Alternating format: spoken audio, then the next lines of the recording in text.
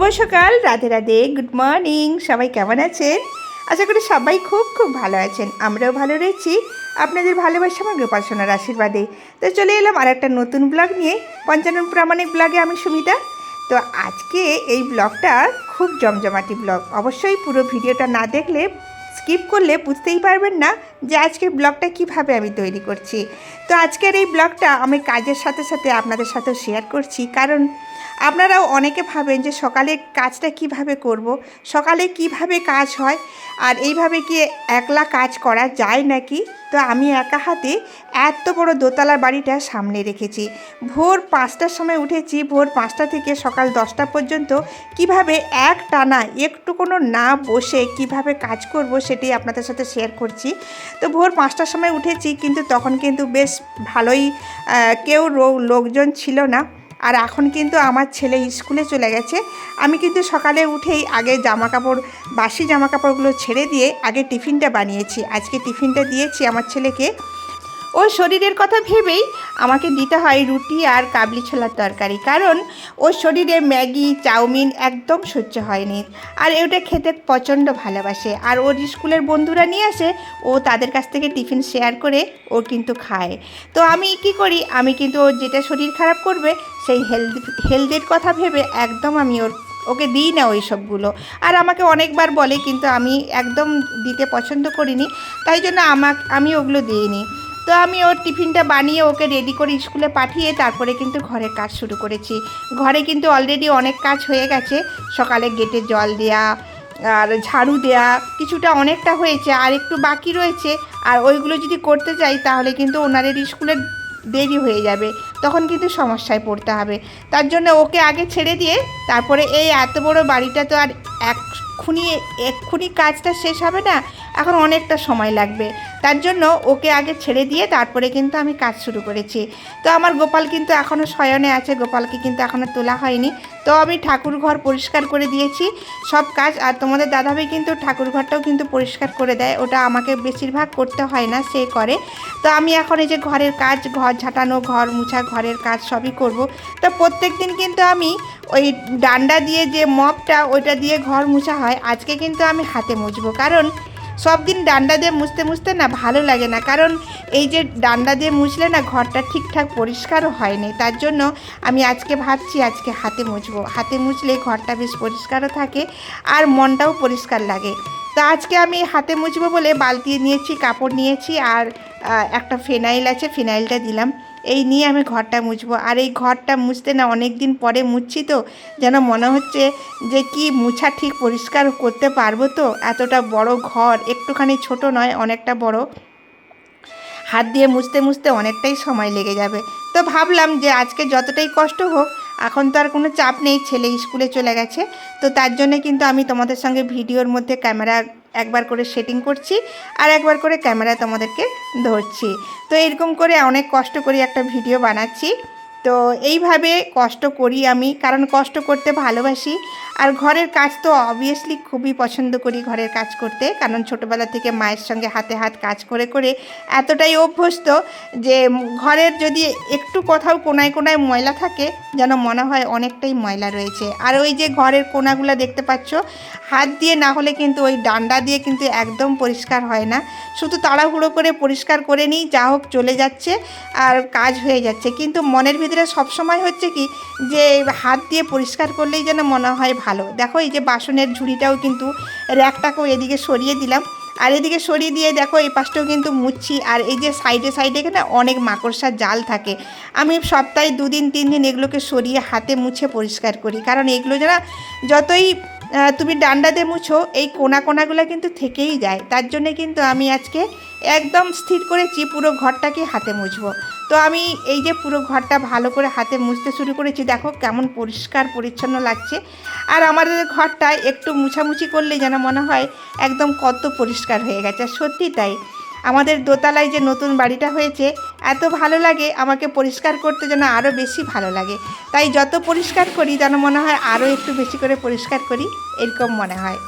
তো এই যে চলো পরিষ্কার শুরু করছি।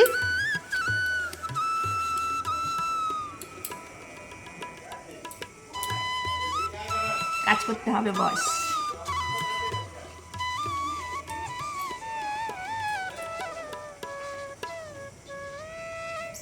বিনে পয়সার চাকরি।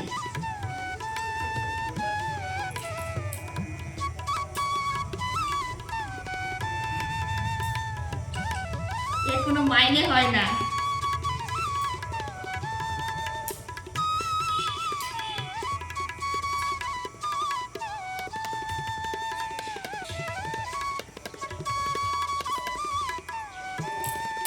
আমাদের কষ্টের কোনো দাম নেই বস।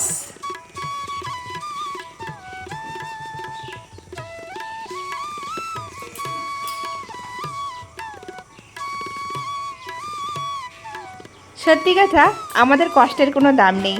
আমরা যে সারা দিন এত পরিশ্রম করি, ঘরে রান্নাবান্না, ঘরের কাজ, ঘর গুছানো, ঘরের পরিষ্কার পরিচ্ছন্ন করা, এগুলো কিন্তু আমাদের কোনো দাম নেই। আমরা কিন্তু এগুলো আমাদের নিত্য কাজ, আমাদের করতেই হবে। আমাদের সংসার, আমাদের যারা সংসার ভালোবাসে অবশ্যই তারা করবে, আর যারা ভালোবাসে না তারা শুধু খালি একটাই কথা বলবে, কত করি, রোজ রোজ একই কাজ। কিন্তু আমার না, সত্যি কথা বলছি, এই কাজ করতে খুবই ভালো লাগে। আমার এই ঘর যদি অপরিষ্কার থাকে, আমার যদি মনে হয় যে আজকে না খেয়ে শান্তি, না বসে শান্তি, এইরকম একটা ব্যাপার। তো এই যে টেবিলগুলোর মাঝে মাঝে যদি ভেতর ভালো করে না ঝাড়া হয়, মাকড়সার জাল হয়ে যায়। তো সেগুলোকেও না আমি ভালো করে সব চেয়ার সরিয়ে ভালো করে মুছে পরিষ্কার করে আমি এগুলো দেখে নিতে হয়। আর এটাকে এত সুন্দর করে পরিষ্কার করতে হয়, যেটা দেখলেও কিন্তু বেশ ভালোই লাগে। আর আমাদের এই ডাইনিং টেবিলটা হয়ে গেল প্রায় 2003 সালে, মানে কম করে 15-16 বছর হয়ে গেল এই ডাইনিং টেবিলটা।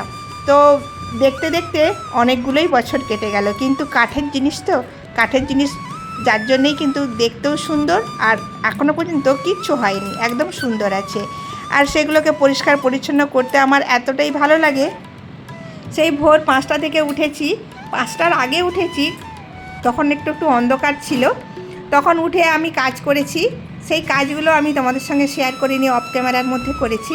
তখন কিন্তু লাইটটা অফ করেই করেছি, কারণ অন্ধকার ছিল। ছেলে ঘুমোচ্ছে, কারণ স্কুলে যাবে, মেয়ে ঘুমোচ্ছে, তোমাদের দাদাভাইও ঘুমোচ্ছে।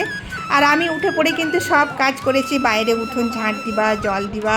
এই বর্ষাকালে না বাইরে অনেক শ্যাওলা পড়ে যায়, একটু রোদ দিলেই সেগুলো আবার ঠিক হয়ে যায়। আর তখন মনে হয় যে কি সুন্দর পরিষ্কার। আর একটু বৃষ্টি হলেই সেই শ্যাওলাগুলো এমন ফুটে উঠে যেন মনে হয় যে কতদিন অপরিষ্কার হয়ে আছে।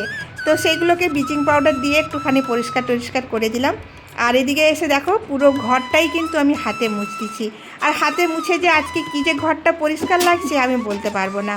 আর এখানেও দেখো আমার এই রুমটা হচ্ছে যে আমাদের রুম। এই রুমটাও কিন্তু আমি ভালো করে হল রুম, ছেলের রুম, মেয়ের রুম সব পরিষ্কার করে দিয়েছি। এখন বাকি আছে আমাদের এই রুমটা পরিষ্কার হয়ে গেলে সামনের উঠোনটার, মানে সামনের দিকে সিঁড়িতে উঠতে ওইটা বাকি রয়েছে।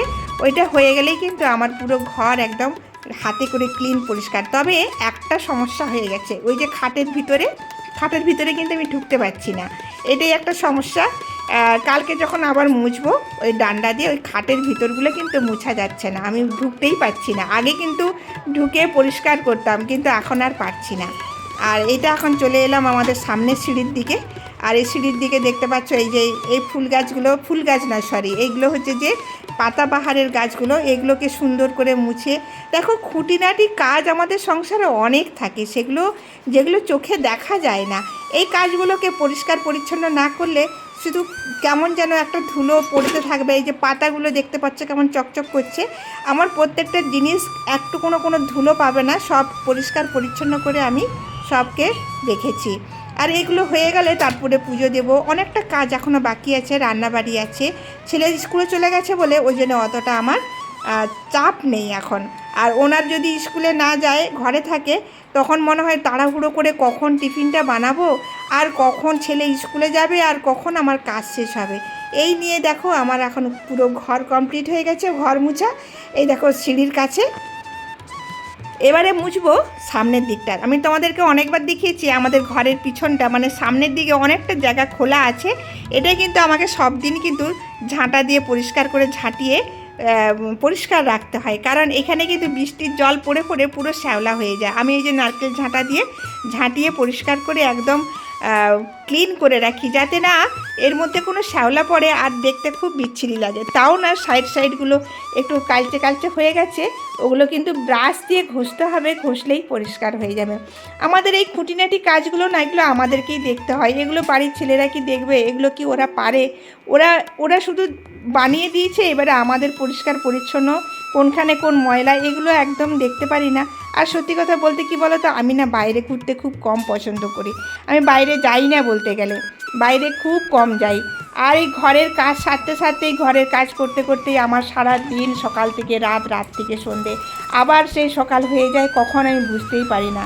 কবে যে আমি বাইরে বেরোই সেটাও আমি জানি না। এই কদিন হলো আমি বাবার বাড়ি থেকে ঘুরে এসেছি, তারপর থেকে একটা দিনও আমি বাইরে বেরোইনি।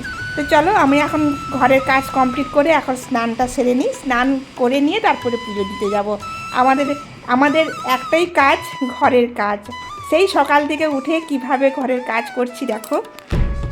ঘরের কাজ করতে করতে কখন যে সকাল হয়, সন্ধে হয়, নিজেও বুঝতে পারি না। তারই মধ্যে সবাইয়ের খেয়াল রাখতে হয়। তোমাদের দাদাভাই কি খাবে, কি পছন্দ করে, ছেলে মেয়ে কি পছন্দ করে, সবাইটা দেখে, কিন্তু আমার নিজের কোনো পছন্দ নেই। আমি যে পছন্দ কি করি সেটা কেউ জানে না।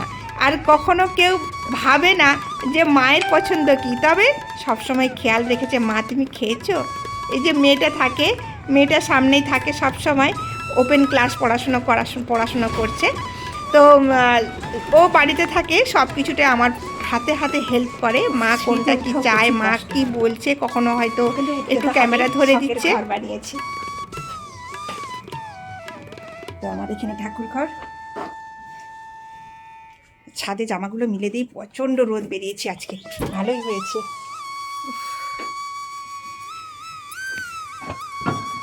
প্রচুর রোদ বেরিয়েছে,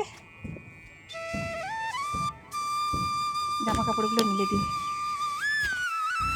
ঘরের কাজ সারতে সারতে আর সব কিছু কাজ করতে করতে এখন প্রায় বেজে গেছে 9:30। তো অত বড় বাড়ি মুছতে কিন্তু অনেকটাই সময় লাগে, আবার হাতে মুছেছি আজকে, অনেকটাই সময় লেগে গেছে।